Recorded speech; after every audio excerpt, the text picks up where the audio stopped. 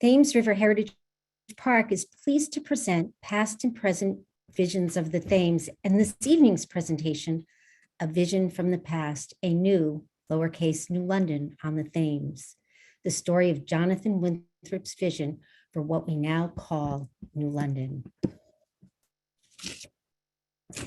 Thames River Heritage Park is a nonprofit organization whose mission is to connect, promote, support, and sustain Thames River Heritage Park, a collection of heritage sites linked by water, which capture the history and culture of life along the Thames.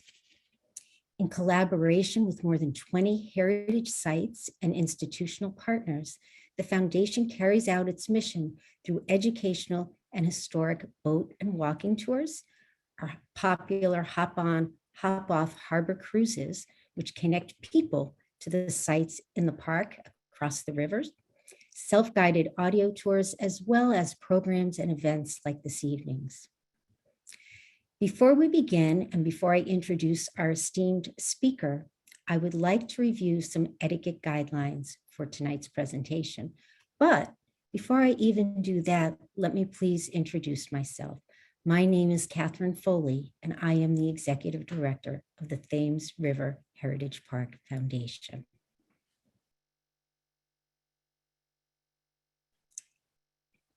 As you were admitted into tonight's presentation, you all should have been muted.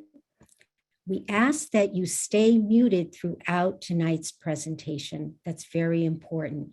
We also ask that you turn your videos off so that we are able to stay very focused on tonight's presenter. Walt, if you wouldn't mind putting up the next slide, that would be great. And we'll go to the next one. So we're going to keep our videos off and our microphone off too.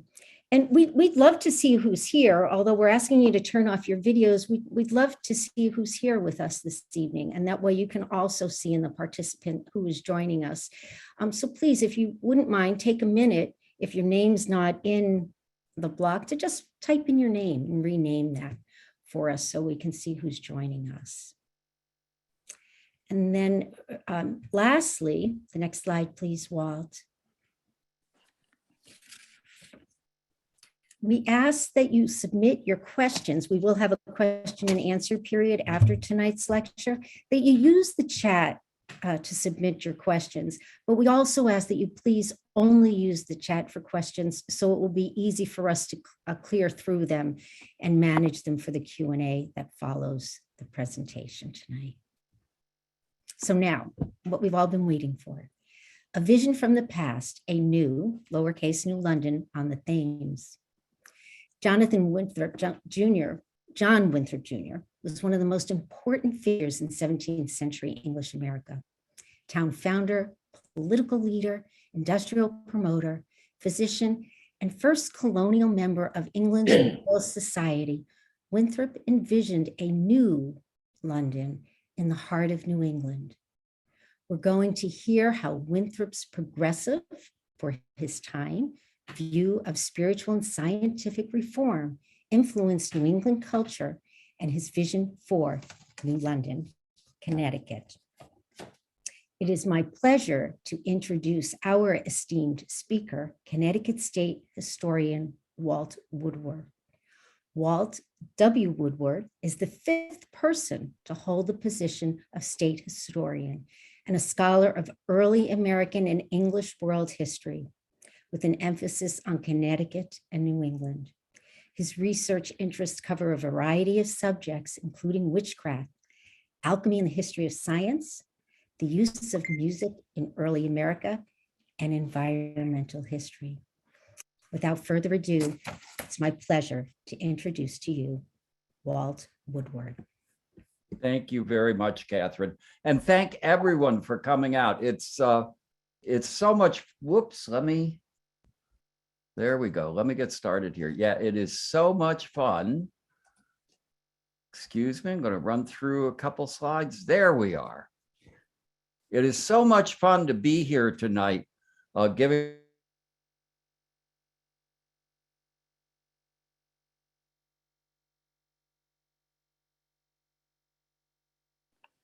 Excuse me, but you're muted. Still muted. Can you hear me now? Yes, thank you. Excellent. Well, thank you so much for coming. I very much appreciate your being here.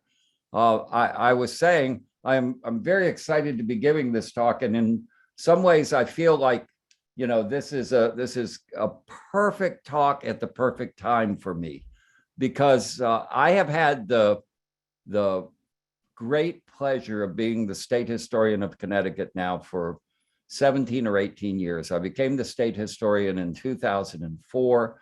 I have been a history professor at UConn since then. I am going to retire at the end of this semester. So on July 1st, I'm retiring. So my career as state historian and as professor is now coming full circle. And the story I'm going to tell tonight is the one that actually led me both to my focus as a historian and to the work that allowed me to become the state historian. So with that in mind, I have always felt that this story was very important, and am so thrilled to be able to share it with people who live in the place that was so important to John Winthrop Jr. And now I'd like to tell you how it came about. Years ago, as a beginning doctoral student, I took a wrong turn while trying to find the Living History Museum at Old Sturbridge, Massachusetts. I was kind of back to New England then. And trying to find Old Sturbridge, I got myself hopelessly lost. And I ended up parking on a winding, climbing road by a rusty old historical marker south, I later found out, of my destination. The marker, then it was barely readable, rusty and old, told me I was at a site where John Winthrop Jr. had started a black lead mine in 1644. Now, to me, this was news. 1644, mining. Even at this early stage of my immersion in colonial history, I knew that venturing that far into a wilderness to launch a complex mining scheme was, to say the least, for an Englishman, truly audacious. I didn't know what could possibly have motivated Winthrop to take on such a risky and challenging undertaking, but I knew it had to be really significant. So I thought about it, and I reasoned, of course, that it had to do something with that stuff called black lead, but of course, I had no idea what black lead was. Well, finding out the answer to the question, what black lead was, triggered 10 years of research, and actually almost 20 to get to the book. It radically changed my understanding of the settlement of early New England and the role played in that settlement by John Winthrop Jr. And it led me to write Prospero's America, the book in which I tell the story of how John Winthrop used alchemy to shape many aspects of New England's colonial settlement, and how that early modern approach to science had a very strong shaping influence on Puritan culture. Through John Winthrop Jr. and his alchemical interactions with fellow colonists, we encounter a new and quite revealing perspective on early New England settlement, one that was always there, but had never been seen by historians. And it's one that found its most fulsome expression in Winthrop's vision for the town he would quite tellingly, I think, call the New London.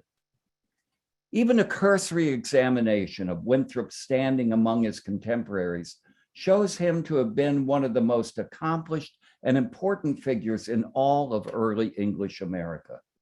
He was a political leader from his arrival in 1631 until his death in 1676, including 18 years as the governor of Connecticut. He was the founder of 3 new towns, Ipswich, Massachusetts, and Saybrook, and of course, New London, Connecticut. He was an industrial entrepreneur who attracted European investors for the construction of an advanced ironworks in New England when there was a civil war raging in England and a Great Depression going on in New England. and yet he was able to raise investors for that kind of project. He also was the projector for several, two other ironworks, several innovative salt works, and an array of other colonial mining, extraction, and processing schemes. He was a skilled diplomat too, who sought and secured in 1662 an extraordinarily generous royal charter for Connecticut, one they still don't know how he possibly got something with such generous terms from the newly restored King Charles II, a monarch who at the time had every reason in the world to harbor a bitter grudge against his New England subjects. Winthrop was also a charter member of England's Royal Society, still one of the world's leading scientific institutions, and its very first colonial fellow. And last, but certainly not least, he was New England's most sought-after physician, to whom requests for medical advice came from as far away as the Caribbean and the European continent. Winthrop's accomplishments were many and they were varied, but they were all grounded in and they stemmed from his commitment to employing alchemy to realize in America a long-standing Renaissance dream, to hasten the divinely sanctioned, knowledge-based improvement in the human condition that many believed would prefigure the onset of Christ's 1,000-year reign on earth.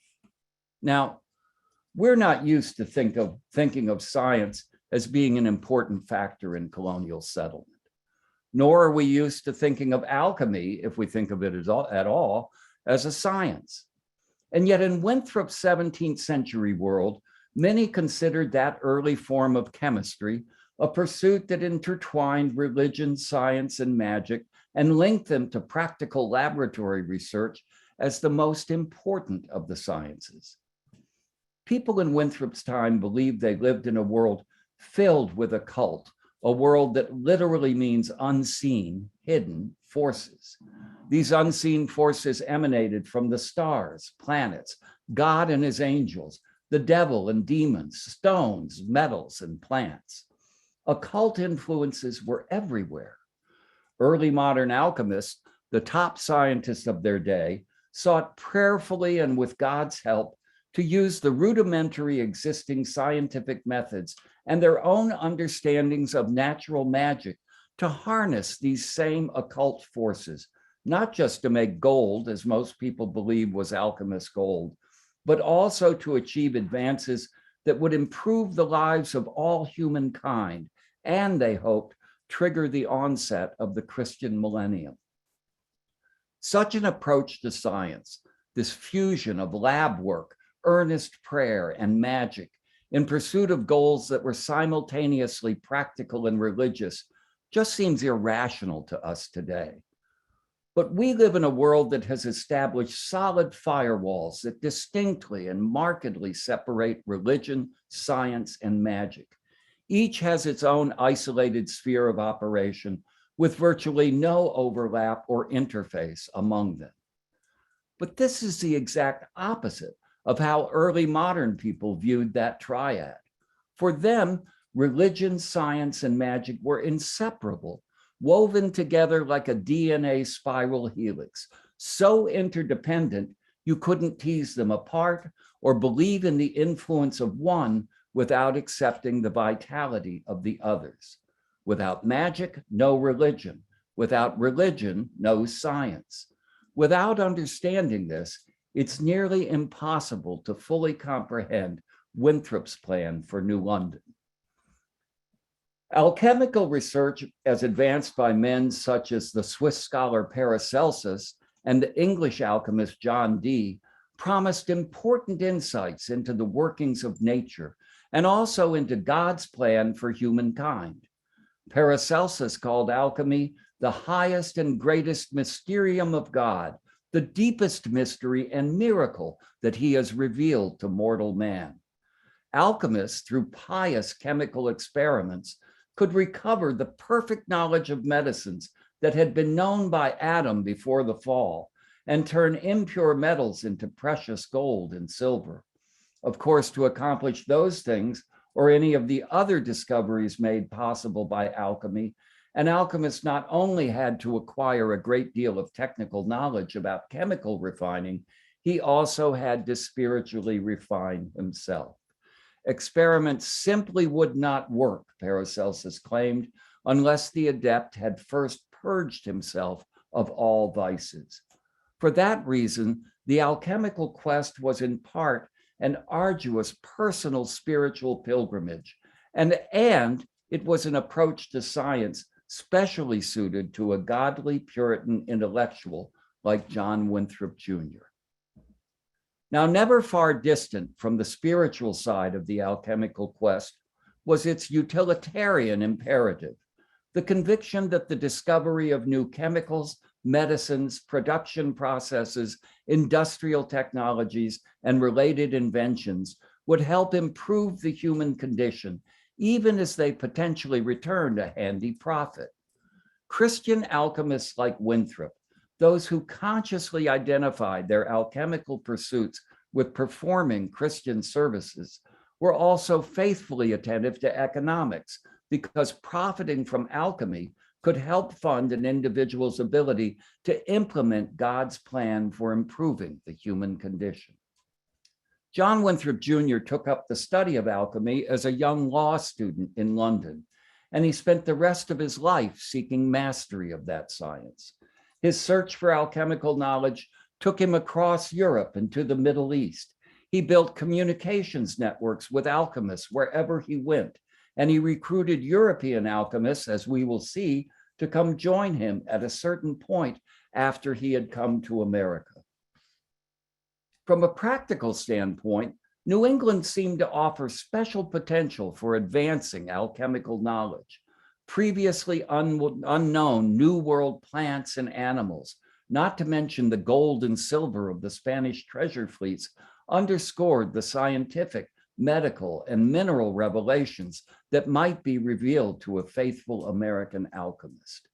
Abundant land and natural resources, things Old England definitely lacked, made New England an ideal site for testing alchemical production schemes that required space or natural resources unavailable or too expensive in England.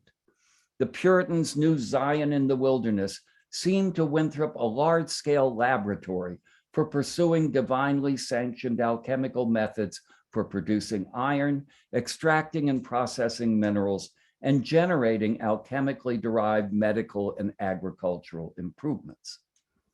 Winthrop expected alchemy to play a major role in establishing the American Puritan project on a sound economic footing, and he lost no time in putting it to work from his first arrival in 1631.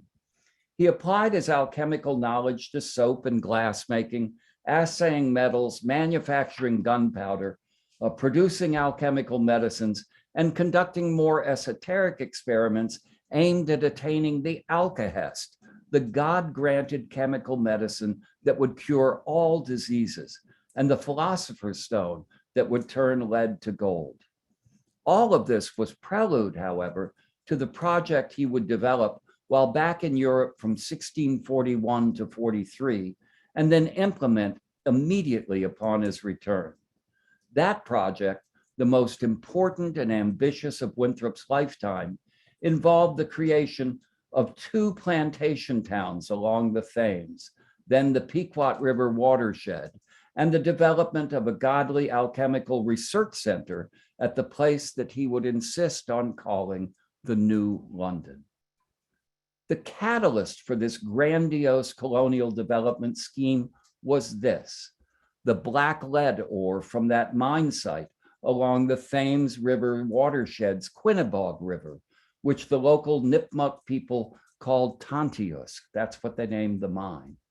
Winthrop had taken samples of the ore with him to England, and their assays confirmed his suspicion that the black lead, a term then used for a number of minerals, contained high concentrations of silver.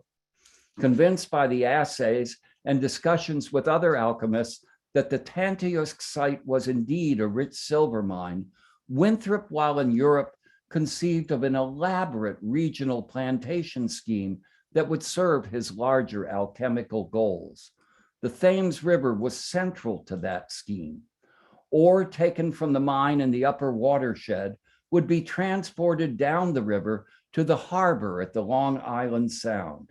From there, it would be shipped to Europe for processing.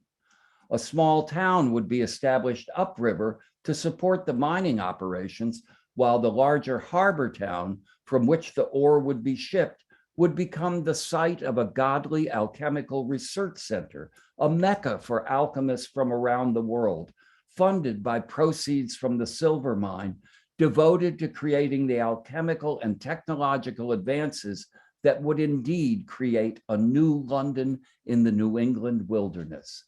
Together, this godly scientific community would work to develop improvements in mining and metallurgy to help discover and unlock New England's other mineral resources. They would implement the industrial projects and technologies through which the region could develop. They would promote the discovery and the practice of alchemical medicine to bring advanced godly healing to both settler and native communities. They would make the new London the seat of a new kind of learning, what Comenius called a college of light. The fruits of the efforts of this godly scientific community would both improve life for all humans and quite literally, God willing, help hasten the return of Christ to earth. Such a place where Christian alchemists could work and learn together in the quest for scientific improvements and a better world had been the vision of alchemical writers and natural philosophers for over a century. Writers including Francis Bacon, John Dee, Gabriel Platz, the Rosicrucians, Thomas Campanella, and Jan Comenius had all written, often in utopian forms, about such a place. Winthrop set out to create a real one. As he toured through Europe seeking knowledge about silver mining and ore processing, Winthrop actively promoted his plan to fellow alchemists all around the continent. And by the time he returned to New England in 1643, he had successfully recruited at least 5 other alchemists to come to New England, one of whom had agreed to oversee the startup town at the mine site. Winthrop lost no time upon his return, setting out to put this plan in motion. He secured grants to the mine site and to settle a new plantation at the mouth of the harbor, sent men to start mining the ore, and as early as 1645 was in Namiog, the place that would become New London, staking out boundaries. Problems, however, began almost immediately. The ore proved extremely difficult to extract, and the English alchemist who was going to oversee the mine site settlement got in trouble with Massachusetts authorities almost as soon as he arrived, when he challenged their restrictive religious practices. At the same time, the Mohegan sachem Uncas, through whose lands the ore would have to pass on their way to New London, took an immediate dislike to Winthrop and began a sustained policy of harassment against Winthrop's new plantation. Uncas viewed Winthrop as a threat to his authority, especially when Winthrop allied with and offered protection to a band of Pequot people who had reunited as a tribe in the aftermath of the Pequot War. Connecticut's 1638 Treaty of Hartford had called for the surviving Pequots to be disbanded, distributed as servants among the Mohegans and Narragansetts and the English, and never to be allowed to reunite or use the name Pequot again. Winthrop totally rejected this cultural genocide, however, and his alliance with Robin Cassis Cinnamon and the Pequots earned his new town the sustained and sometimes violent enmity of both Connecticut and Uncas. It took years for Connecticut and Winthrop to resolve their conflicts, after which he became the governor till he died. Yet, despite severe pressure to do so, Winthrop refused to give up his support for Cassis Cinnamon and the Pequots, and his decades-long defense of their right to remain together as a people would be instrumental in their ability to overcome the genocidal intentions of the Hartford Treaty. Almost before it began, It seemed that Winthrop's vision to make New London an alchemical center had died on the vine. The ore was difficult to mine. There was no mining town, and no way the ore, even if it could be mined, could pass unimpeded through Mohegan lands. In addition, and possibly because of the harassment Winthrop was receiving, the European alchemists who had promised to join him rethought their commitments and they stayed in Europe. But rather than give up his plan for creating a new London, Winthrop stuck steadfastly to it, and he never gave up the belief that the mine up near Sturbridge was a silver mine. What he did was adapt his alchemical vision to his new reality. He built his own alchemical furnaces and was conducting experiments and making alchemical medicines at the town soon after settlement, and they made a profound impression. John Arundel, who visited Winthrop at New London, was astonished by what he saw. Upon my first entrance to your home, he wrote, I believed I was consulting the oracles of the tripod or the pharmacy of Aesculapius, the father of medicine.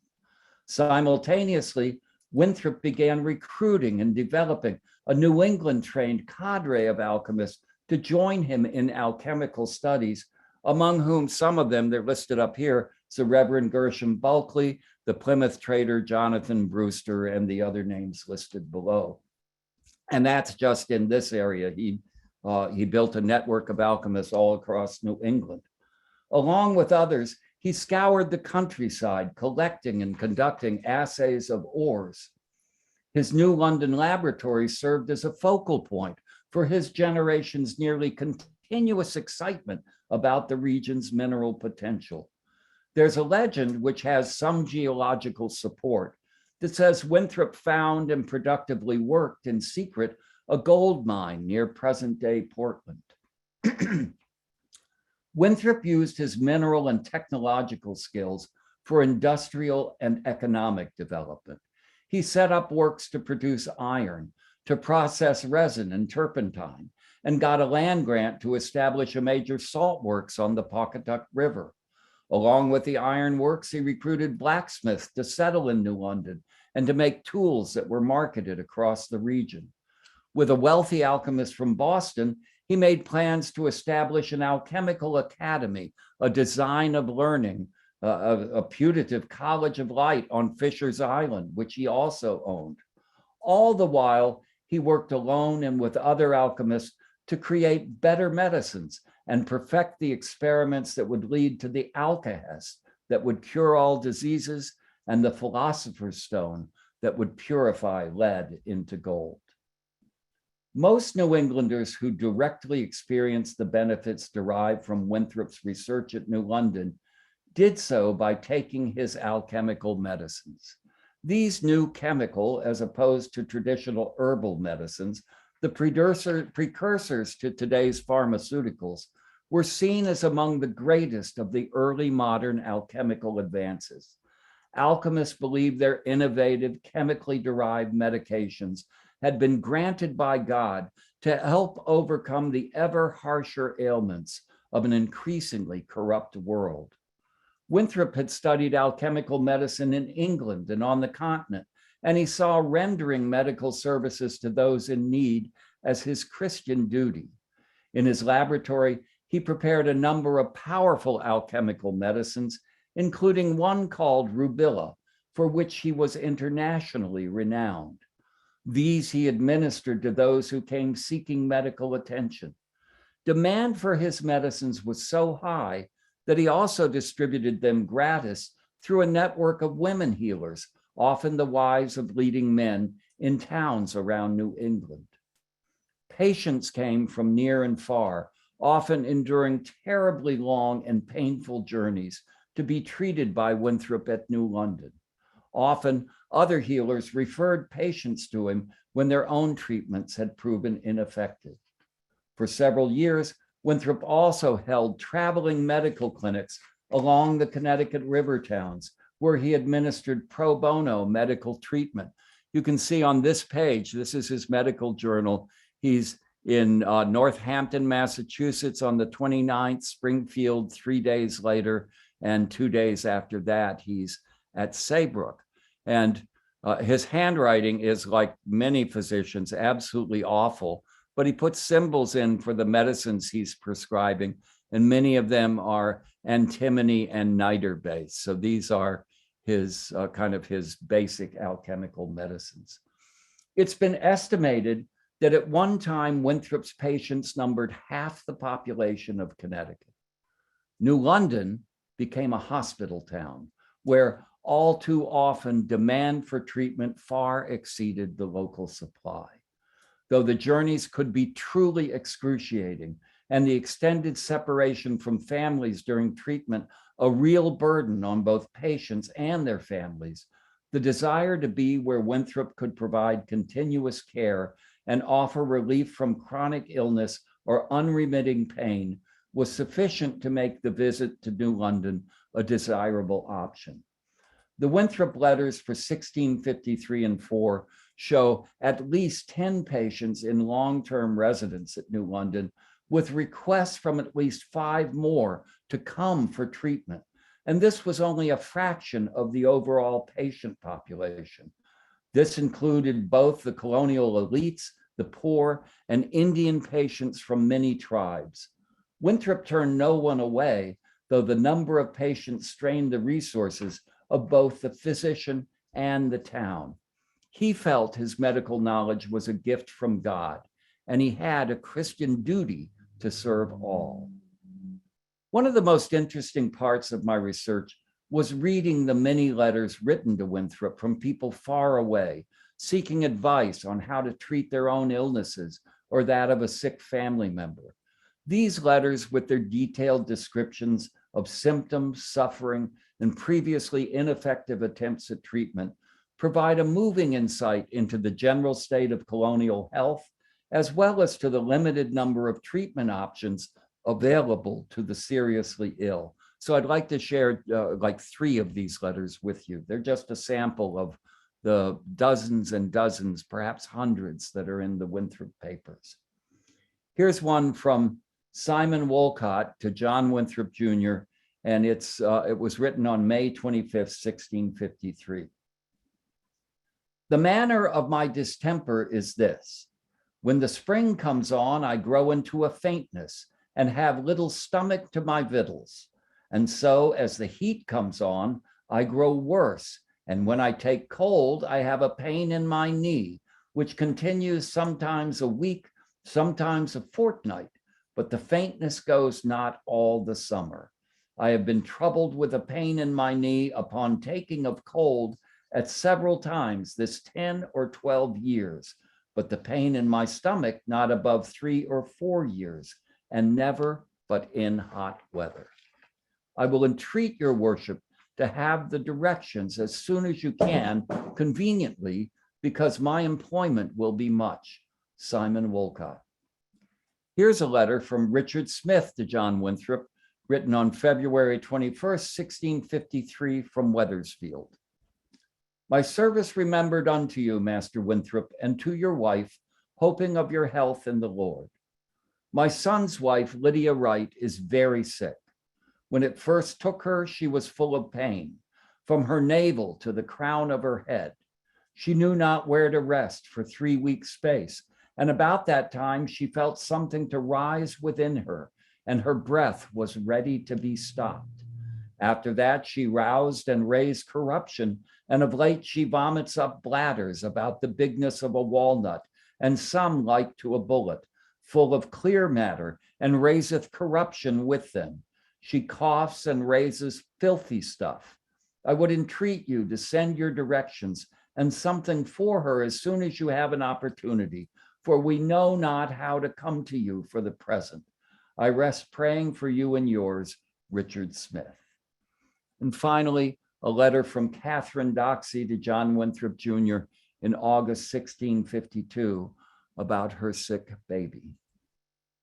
My child hath been very sick, and is still, and so wasted and consumed that he is nothing but skin and bones. Therefore, I would entreat you to let me have your advice in the thing. He hath no stomach to his meat, and the coral melanix hath done no good to him. I was forced to wean him in regard of my own weakness, which it hath pleased God to abate in something, though not quite. Some say he has a consumption because of a dry cough. Catherine Doxey. Historians have long known that New England's colonists lived longer than their English counterparts, and they also were generally healthier. But what the letters in the Winthrop collection show is how commonly these healthy colonists were affected with a host of chronic sapping medical conditions, from tooth decay to worms to gastrointestinal afflictions, injuries, and not infrequently more serious diseases that made the concept of the body corruptible all too real, and the healing services of a kindly, godly physician with powerful God-granted medicines incredibly welcome. Though it never lived up to the ideal he had for it, Winthrop's vision for New London never wavered, not in his life, not for a day. Even when events, responsibilities, opportunities, and challenges took him away and pulled him in other directions, to New Haven as an entrepreneur for a short time, to Hartford as governor, to England as diplomat, and back again to Connecticut, New London and its alchemical promise tugged at his heart, occupied his mind, and called him home. I often wonder if Winthrop were to come back today, whether he could see any aspects of his vision for this region in the Thames River and New London we live in. And the answer, I believe, is unquestionably yes. He would see it, of course, in the labs of Pfizer, where the alchemists of today are finding cures for the most threatening diseases of our times. He would see it in a different way at Electric Boat, where the most advanced technology of the world is deploying the elemental power of the atom to provide for the common defense. He would see it in the institutions of learning at Conn College, at the Coast Guard Academy, Mitchell College, and Yukon Avery Point. He would take pride, I think, in seeing that the Pequot tribe he had fought so hard for had not only survived, but prospered. And I wouldn't be surprised if he took a different kind of pleasure, but a real pleasure, in knowing that the tribe of his fierce competitor Uncas had also lived long and prospered. Most of all, though, John Winthrop Jr. would see his vision of New London fulfilled in its people, many of whom may know very little about John Winthrop himself, and perhaps nothing about his vision. But like him, they have picked this as the place where they will forge their own futures, create their destinies, and that alchemical transmutation is just beginning. So thank you very much.